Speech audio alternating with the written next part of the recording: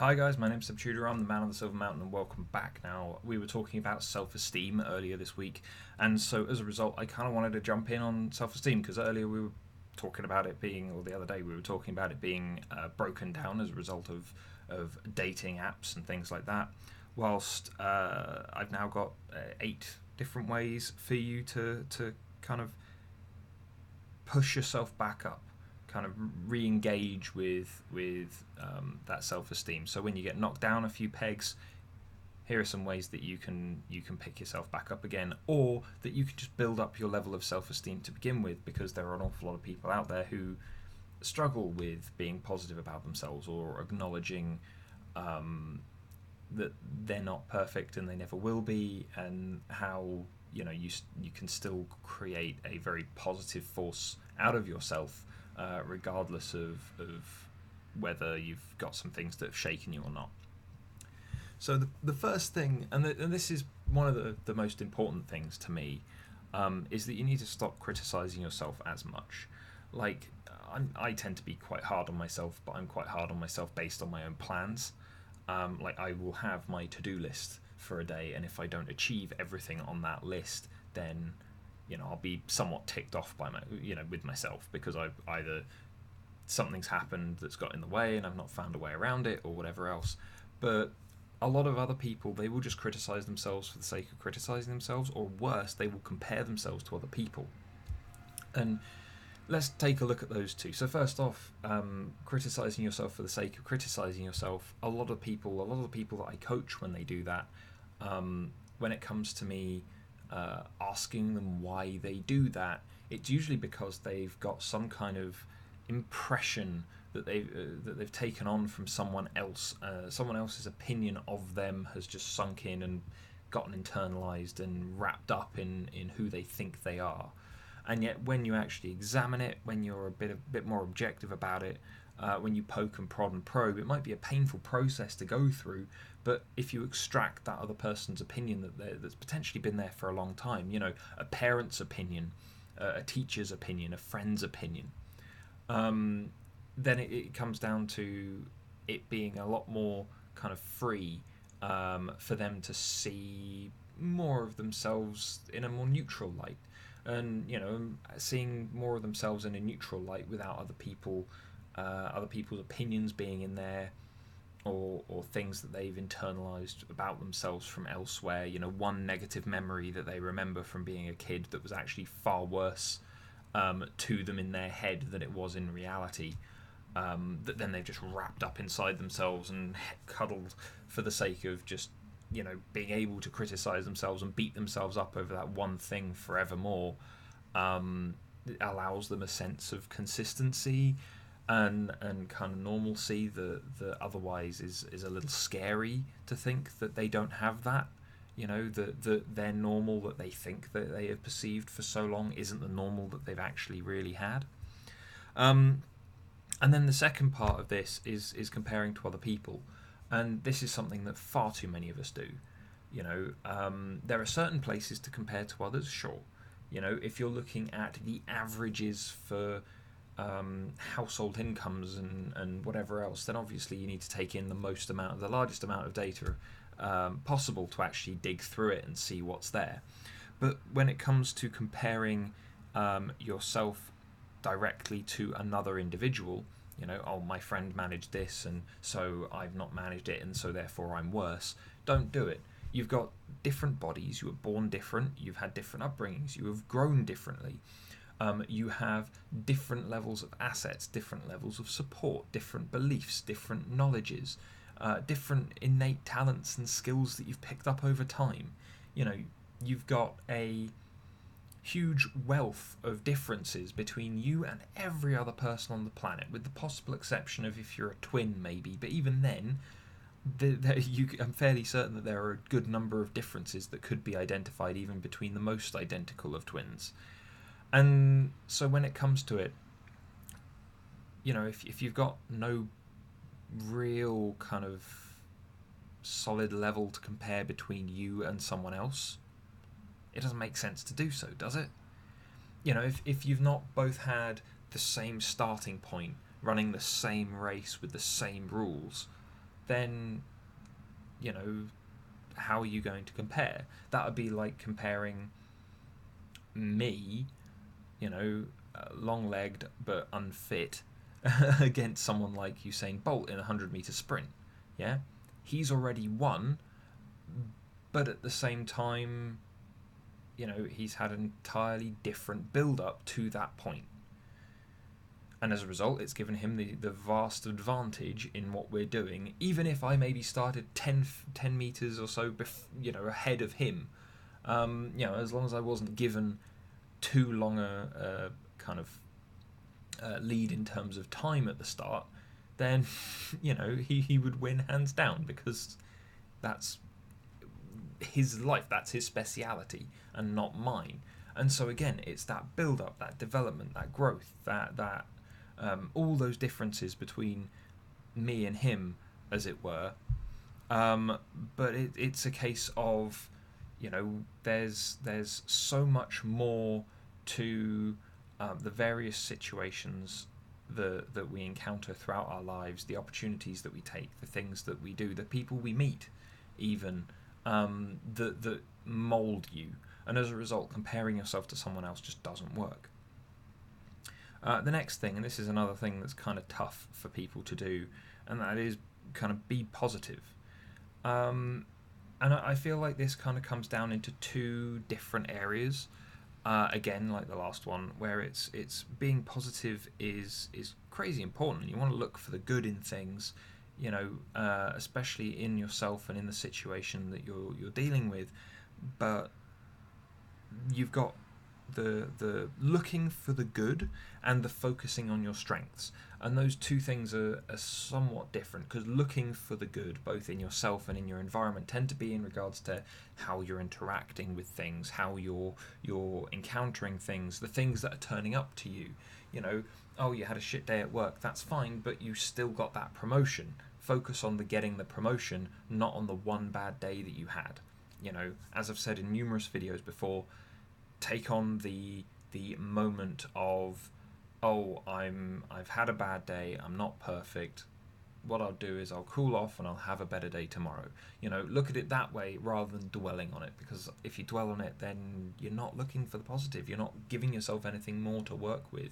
You're getting stuck on something that you cannot affect because it's already gone by. And then the other side of things is looking at your strengths. And looking at your strengths can be really difficult because weaknesses are so much more obvious to us. And so taking a look at making sure that the things that we're paying attention to are how we manage. And these can be completely intangible as well. These can be things that are entirely internal, very rarely have us pull them out to interact with other things in the world, but they are things that we just work with internally to kind of move forward. And it can be very, very difficult to handle those kinds of situations as things go on. But again, it's something that really and truly is necessary. I was thinking, I was just wondering there if there was a better word to put to this, but it's not. It's necessary. You need to identify your strengths and manage and ignore, move past your weaknesses. Yeah? So the strengths that you have are going to be so powerful in everything that you do, whilst the weaknesses that you have, again, there's in many instances there are things that you just can't do anything about them, and so either managing them or just ignoring them are the only things that allow you to progress, allow you to focus on those strengths. Because again, strengths can go from strength to strength. They can build up, they can increase, but the more you use them. And weaknesses can become diminished the less attention you pay to them, the less impact they are allowed to have. So make sure that that's the way that you're treating these things, rather than letting them kind of the weaknesses take over and your strengths become minimized. The next thing, and this is something that people, it entirely depends on whether or not you've got certain personality traits as to whether or not this comes naturally to you or not, but put yourself first. There are lots of people out there who are very self-sacrificing, who are very inclined towards doing the best thing for people around them. And, that's something that kind of holds you back in a lot of ways. You don't want to run into a situation where you are stuck. And many of those situations will be where you've decided to, rather than take into account that you need to look after yourself first before you can help anyone else. If you can't survive, no one else that's relying on you is going to be able to. If on a plane, if you don't put your oxygen mask on, then you're probably going to pass out before you can help anybody else. Yeah, all of those moments where you throw yourself into something without taking account of what you need first, you're probably going to let down yourself, let down the other people who are relying on you, and it's all going to fall to pieces. Simply put, all you need to do is go, am I okay before I move forward? If you are okay before you move forward, if you've got everything you need, then great, go ahead. Help out another person. If you're not, though, if you're not ready, if you don't have everything you need, if you don't have all the information or resources or whatever else, get those things before you do anything else. Plain, simple, easy, straightforward. It's just part of your checklist. And it takes practice to do, to make sure that you're checking every time. But it's something that needs to happen. And the follow on from that, the next point that we've got here, is you need to learn to say no. If someone's asking something from you and you can't do it, you don't have the resources or the knowledge or the capabilities, and you're not going to be able to get them in time for when that person wants that thing done, say no. Refuse. You have to know where your limits are, and saying no is the way that we reinforce those limits. Learn to say no. It takes practice, again, especially if you're not used to saying it, especially if you're not used to dealing with people in a way that allows you to say no. There's no easy way of doing this, but what it comes down to is just practicing, saying no and keep saying no. If someone comes to you and asks you for a lift somewhere, say no first, put the phone down, and then go, can I though? And then if you say yes to yourself that you actually can, give them a quick call back and say, actually something's changed and you can. Being able to go back on saying no is something that, we can do easily, but making sure that you can say it in the first place is important. I'm not suggesting saying no to everybody before you then say yes. I'm saying, from the last point, take into account what you need, what you have, and what you want to do with the situation, and then, on weighing all those things up, make a decision, yes or no. And on the point of taking of what you need and what you want, you need to know those things, because there's a big difference between need and want. You need to be able to eat. You need to be able to make a living. You need to be able to generate a future for yourself that you want. But you want to go out with your friends. You want to go and buy a new car. You want to go and spend a weekend away, spending your money frivolously and then coming back and regretting it. It's a case of we need to understand what needs and wants are, because when it comes to needs, they should be higher up in your list of priorities when it comes to asking yourself these questions, rather than your wants, because the wants should be the things that get cut loose if you find yourself in a tough situation. You might want to help somebody, but if you don't have the resources to secure everything for your needs, then the wants shouldn't be paid attention to. And again, over time, all of this stuff builds towards greater self-esteem, greater value in yourself, a greater understanding of your own worth and your own ins and outs, because that's what self-esteem is based off. It's based off that acknowledgement of your positive qualities and your knowing of your limits.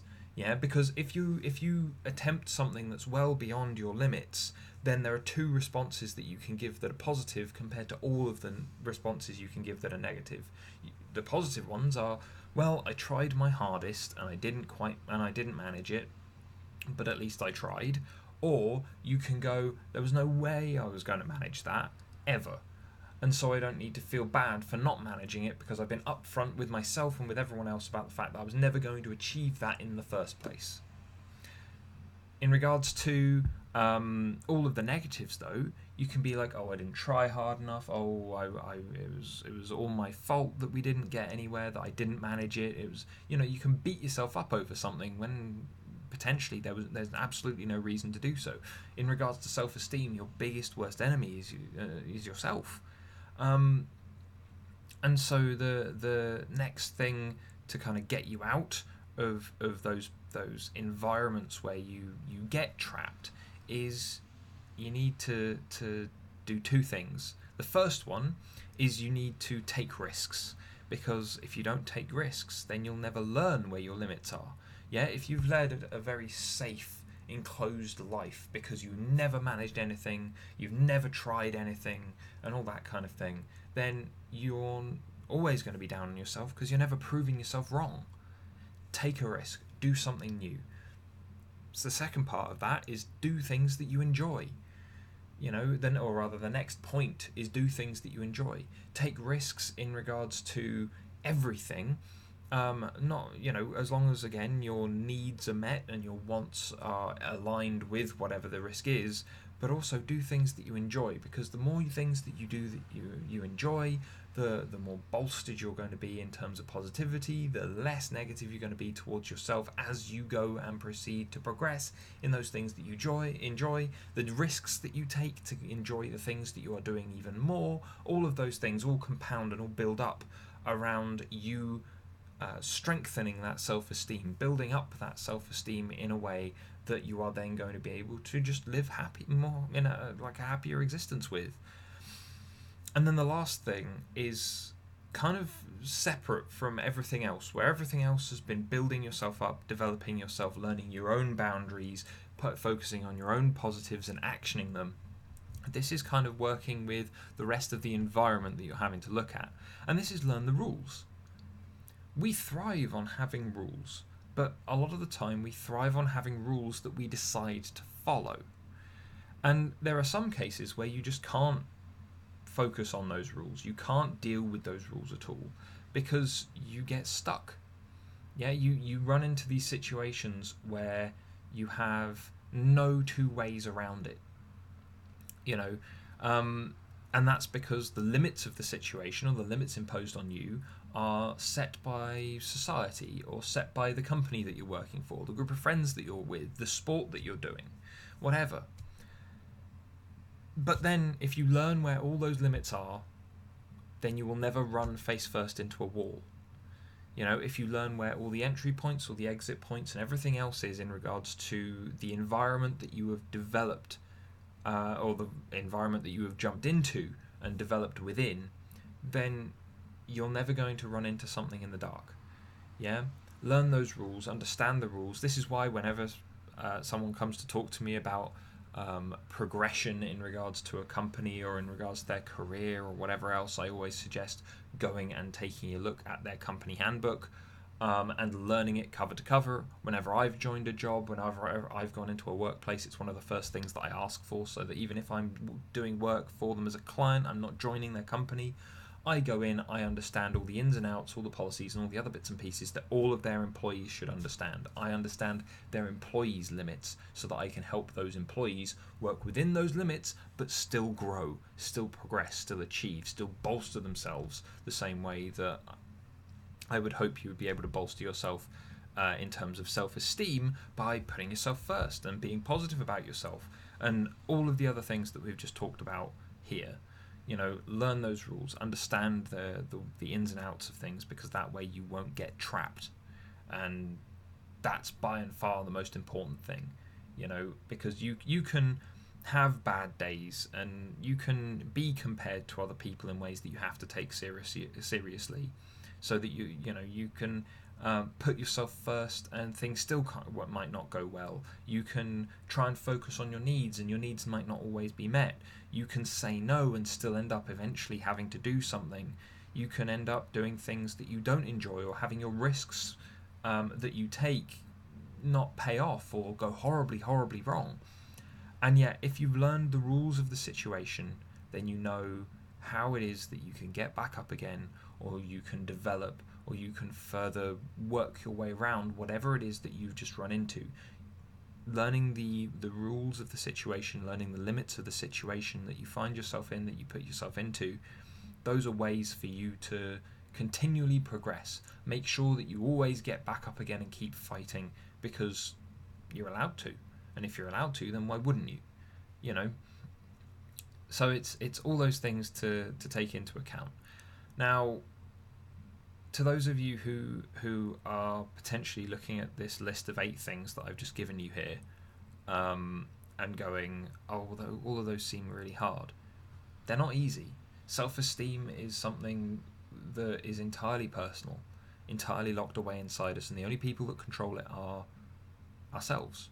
You know, we are the only people that control our own levels of self-esteem, our own levels of irritation, upset, and whatever else. And so as a result, yes, it will be difficult because you're in it alone. But this is where practice, this is where repetition, this is where finding the positives. I know people, clients included of mine, who have sat down and written journals about their positives and negatives to give them tangible evidence of the intangible things that they are trying to achieve. And as a result, whenever they have a bad day, whenever they've done something that they regret, or whatever else, they can go back, look at that evidence of the positives, and they can see that it's not all bad and they can continue. And that's what's important. Continuing. Building yourself back up again. You can be knocked down a few pegs by a relationship going horribly, being fired, having a project go poorly, not getting the grades you wanted in uni or school, and yet as long as you still persist, then those couple of notches that you got knocked down on the self-esteem side of things anyway, you can then push yourself back up, and you can work with them and work with yourself to kind of progress again and get back up to where you once were. But anyway, guys, I hope you found this interesting. I mean, there was a time myself when I was a very shy person, and there were certain areas of my own personality that were difficult for me to kind of reconcile and work with and see a positive in. And it took time, it took practice, it took a couple of really big realizations as well, that came from all kinds of places. And, you know, it wasn't necessarily an easy road. But again, it was worth walking that kind of path to find that greater appreciation of myself in the long run. And so I hope, you know, you guys find it to be worthwhile as well. But otherwise, I'd love to hear your stories or comments if you have them. And otherwise, thank you very much for watching, guys, and I'll see you in the video later. Take care.